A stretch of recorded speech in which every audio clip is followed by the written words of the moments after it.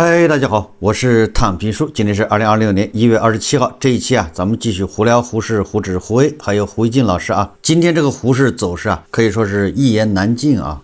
三大指數啊，探底回升，收盤還集體翻紅，但是收盤的最後一刻，忽然似乎啊又有大單壓盤，就是不讓它漲。截至收盤，沪指漲 0.18%， 深成指漲 0.09%， 創業板指數漲 0.71%， 滬深兩市成交額 2.89 萬億，比昨天少了啊3500億。實際上這個 2.89 萬億這個數啊也已經不錯了，這麼大的成交量，說明這個場內資金還是比較活躍的啊。但是這個走勢啊，對散戶來說那是一言難盡啊。今天上漲的是1856家，下跌的是3237家。其實指數漲了，但是散戶啊虧得更多了。這種走勢啊，可以說在全世界資本市场啊，咱們是獨一份。上午指數一潭死水，我看好像有這個破位下跌的這種意思啊，但是啊，每到關鍵時候它又拉回來了，這說明國家隊啊主力他也沒閒着，時刻啊就關注這個指數的走勢。但是個股啊就慘不忍睹，午後啊有一些板塊突然活躍，什麼大飞機板塊啊等等啊，恐怕也是游資啊看中了啊这個監管的心思，也就是大盤不能跌，所以在這個基礎上小心翼翼的啊，也就是各個板塊輪動啊。結果到了下午收盤的時候啊，漲幅又收窄，也就是你看這個主力啊，國家隊他既不希望它漲，也不希望它跌，你說這叫什麼心態，對吧？像這種走勢啊，散戶是很難賺到錢的。這散戶都是啞巴吃黃連，有苦說不出啊，把主力啊，把這個散戶啊玩弄於股掌之間呢，這怎麼會出現這種情況呢？這個股市這種氣氛啊，非常詭異，對吧？既不希望它快速的漲，更不希望它跌，這給人冥冥中啊，好有一種感覺，就是這個股市啊，在等待更高層級的指示，也不知道接下來往哪兒走了。跌它不敢，漲更不敢，所以給他上了個夾板，在這兒已經搞了10幾天了。為什麼這麼說啊？連這個恒大前首席經濟學家任澤平似乎啊都嗅到了這個異樣的這個感覺，或者叫空氣中啊一種不祥的感覺。任澤平老師應該是覺察到了，他今天發了個微博啊，他這麼說的，他說這輪牛市會漲多高，我對終局的思考，說作為這輪牛市最早的吹哨人和牛市旗手，我在2024年9月提出信心牛，邏輯是政策牛加科技牛加水牛疊加。2026年開年以來，市場創新高，牛市共識越來越強烈，更是出現階段性逼空行情。這是任澤平說的啊，他說他是牛市的吹鼓手，牛市的旗手，吹哨人。任澤平說啊，未來牛市會漲多高？根據我的分析框架，後面市場的分化和震盪會加大，方向錯誤也賺不到錢。股市總是絕望中重生，爭議中上漲，狂歡中崩盤，底部靠信仰，頂部靠理性。但天下沒有不散的宴席，牛市的邏輯還在嗎？你看看，作為牛市的吹哨人，牛市的旗手，現在已經開始懷疑人生了。他說天下沒有不散的宴席啊，牛市的邏輯還在嗎？如果邏輯破壞，牛市結束，牛市崩盤是很嚇人的，那麼牛市繼續或終結的信號是什麼？本來啊，現在牛市啊，這叫小河才露尖尖角，你這牛市才哪兒到哪兒，這都3000點到4000點，這漲了1000點，你不能把這個就叫牛市吧，對吧？現在牛市，也就是說現在只是牛市的開端嘛，你現在就討論說牛市什麼時候結束，你這叫自信嗎？你還是陷入那個叫什麼牛短熊長的那個怪圈，這個思維。牛市從2024年9月份開始，指數牛市啊，到現在差不多1年半了吧？哎，不知不覺啊，1年半的指數牛市啊，但是它只漲了1000多點啊，你這個時候啊，你就說這個牛市要結束了，這叫什麼牛市啊？沒有創新高，那新高是6000，对吧？124点吧，你好歹把那個破了，再不濟你也把前面那個什麼5100多點吧，你把那個給破了，2015年那個牛市破了都沒有，那你說這叫牛市？那這就不叫牛市了啊！這個你應該就像地震裡面，对吧？一個大的地震，那你現在這個是地震餘波，对吧？地震的震中心震源是2007年、08年那個大牛市，是吧？那是6124點吧？那後面再來一個5000多點的，現在來個4000多點，你這就不叫牛市，你這叫余波，哎，應該這麼看吧？對吧？任澤平老師既然認為這個是他是牛市的旗手，牛市吹哨人，怎麼在4000點你就開始說這個牛市什麼時候結束？這不是剛開始嗎？這個任澤平老師說他說看清趨勢至關重要，模糊的正確好過精準的錯誤，平常心，想本質，想簡單，想長遠。總之你通過任澤平寫的這個微博你就发現他現在已經陷入一個怪圈，他應該是嗅到了一些不祥不安。為什麼這麼說你實際上指數牛市股市走好沒毛病，但是你在沙灘上建高樓，对吧？地基不牢地动山摇，這是我一直說的，你这個病沒有治好，你就全靠炒作，全靠这個作弊，对吧？全靠既當裁判又當運動員下場去踢球，你這個比賽長不了，前幾場還有人看，你踢到後面沒人看了，自娛自樂吧。資本市場的這些病治好了嗎？欺詐上市，財務造假，違規減持，瘋狂炒作，講故事，圈錢，操縱股價，這個哪一條它治好了？都沒有這些專家忽悠決策層，說把這個股市拉到4000點，這樣市值增加多少，財富增加多少，那麼就能拉動消費，這個大家還記得吧？那現在問題是什麼呢？現在問題是2025年國家統計局1月19號給的數字，整個2025年社零數據只漲了3.7%，比 GDP 5%還小，拖了後腿，那就是消費拖後腿不要緊關鍵是從6月份開始這個社零數据那個增速是逐步下滑，一直滑到12月份，社零數據的增速只有 0.9%， 那這麼下去了，恐怕今年1月份那就是負的，就是消費不僅沒有增長，還是萎縮那你反過來看這個指數可是一路從3000點漲到4200點，你提這樣建議的專家，你不出來解釋嗎？你給汕頭你还不得解釋一下？那汕頭聽了你的話，對吧？真的吭哧搞到4000點，結果消費還下滑了，你不出來走2步嗎？你不給解釋那現在就是汕頭就決策層，他接下來該怎麼辦？是搞到5000點，還是讓他回到3000點？你給指明方向，你搞到5000點，消費能好嗎？你看，但是什麼都沒改變的情況下，你給他搞到5000點，你是不是叫積累風險？你看這個責任誰來承擔？所以我說這個異樣的氣氛，詭異的氣氛，實際上就是上面不知道接下來該怎麼辦了，就是在等指示。一是等專家的建議，二是等上面最上面，对吧？給指示，是往上走還是往下來，還是保持不變？往下來那問題更大了下來那問題更大。為什麼呢？因為現在漲了1000多點，80%的散戶不賺錢，老股民只是解套或者是什麼虧損少了一些，新股民恐怕都在賠錢只有20%的人買了什麼人工智能、科技股、商業航天，可能賺了一些。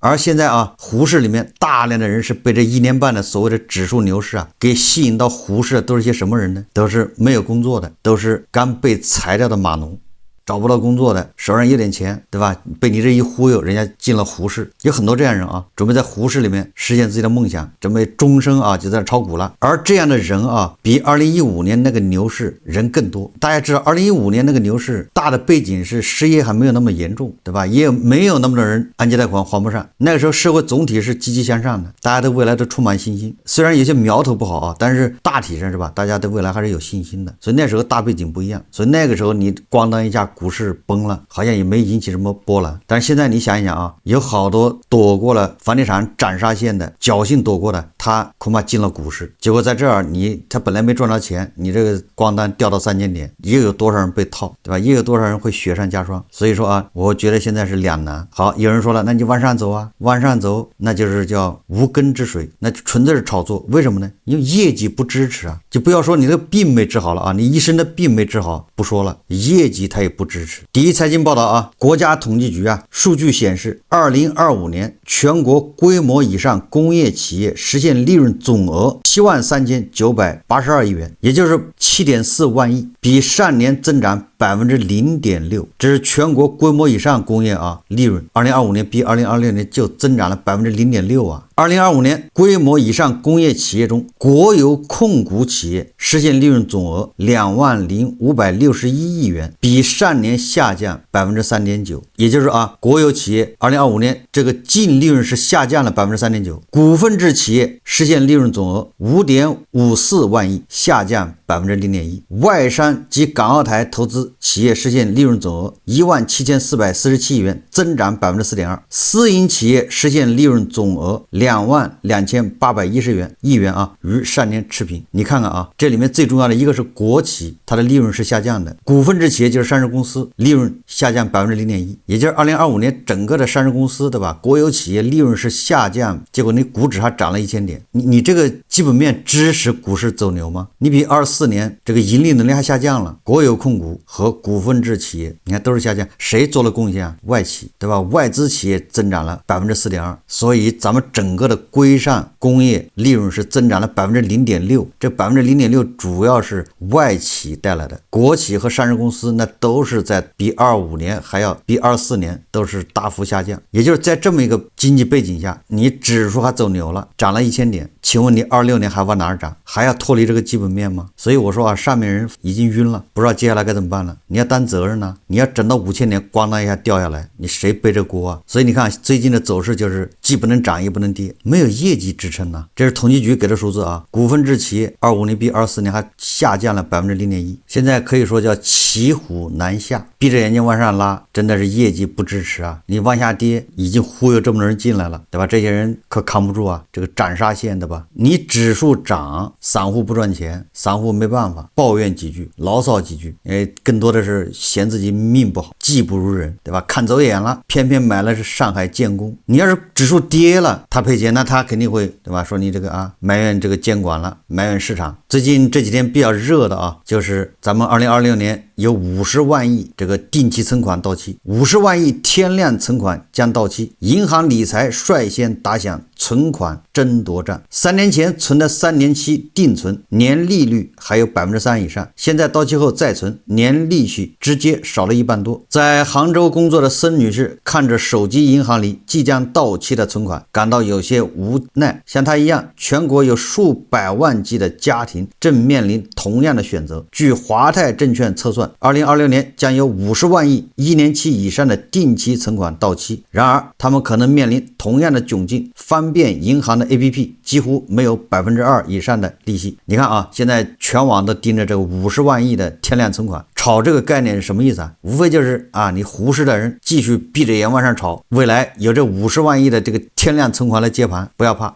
這跟那個炒房是一個道理啊。那10年前為什麼大家閉着眼睛買房呢？因為堅信啊，未來有人以2倍的價格、3倍的價格、5倍的價格去買我舍人的房子，房子就永遠漲。所以說這個10年前是吧，就是房地產烈火噴油的年代，那大家為了買房子離婚，对吧？假離婚、假結婚，各種搞假材料，就是為了買房。你買到就是賺到。你那個時候堅信啊，你即便你的房子8萬1平米了啊，他堅信他的房子以後過幾年能賣16萬，那有人接盤呢？那現在一樣啊，现在這個為什麼場內資金非常活躍呢？每天將近有3萬億的這個成交呢？這說明資金活躍嘛？為什麼活躍？就因為他認為這個反正不要怕，對吧？就是被套住也不要怕。現在還有場外還有50萬億的這個存款到期沒地方去，這裡面只要有，對吧？10萬億進來接盤，那這指數還得漲到6000點，所以不怕，外面有的是接盤的。你看都是這麼想的啊。但問題是啊，我在以前說過的，這50萬億的存款啊，到期依然會選擇存款，炒作這個50萬億天量存款搬家，那無非是叫走夜路吹口哨，自己給自己壯膽。這個媒體報道啊，這21世紀經濟報報道啊，他說為最大程度吸引存款搬家潮之下流出的客戶，各大銀行 APP 在今年開門紅期間接連推出營銷活動，加碼客戶權益。面對利率越來越低，但錢袋子又必須打理的現實，固收加的理財產品成了孙女士這類眾多存款到期用戶的首選接棒者。理財和代銷機構也持續力推，什麼意思呢？就是他現在啊，他們主推這個 R2、R3 這個級別的啊這種理財，忽悠你去買那個。實際上啊，還有一篇報道，財新網的啊，說銀行理財收益首破2%，如何應對低收益的時代。他的文章很長，我只簡單介紹一下啊。他說啊，2025年中國銀行理財市場迎來了一個標誌性節點。根據銀行業理財登記托管中心最新發布的年度報告，2025年銀行理財產品